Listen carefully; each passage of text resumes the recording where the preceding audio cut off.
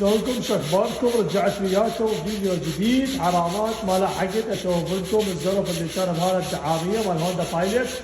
المهم احكي لكم عليها. كان هنا بيها زرف فجاب لها قطعه بلاستيك وحطها ومعجنها، هسه جاي يصفيها يحطها وان شاء الله تكبر. هم راح نشوف لكم اياها مثل ما جاي فيها. هسه تشوفون الشغل هذا كل هذا المعجون وما شنو. المهم راح يحكه ويصفيها ويخلصها ومره يرش الصبغ راح يبين فد شيء لم يكن.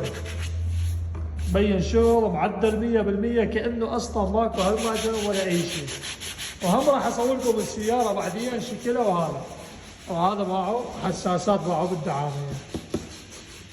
الدعاميه غالي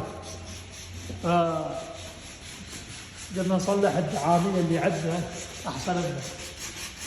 ما تكلف بس تكلف التعب اللي انت جاي تسويه.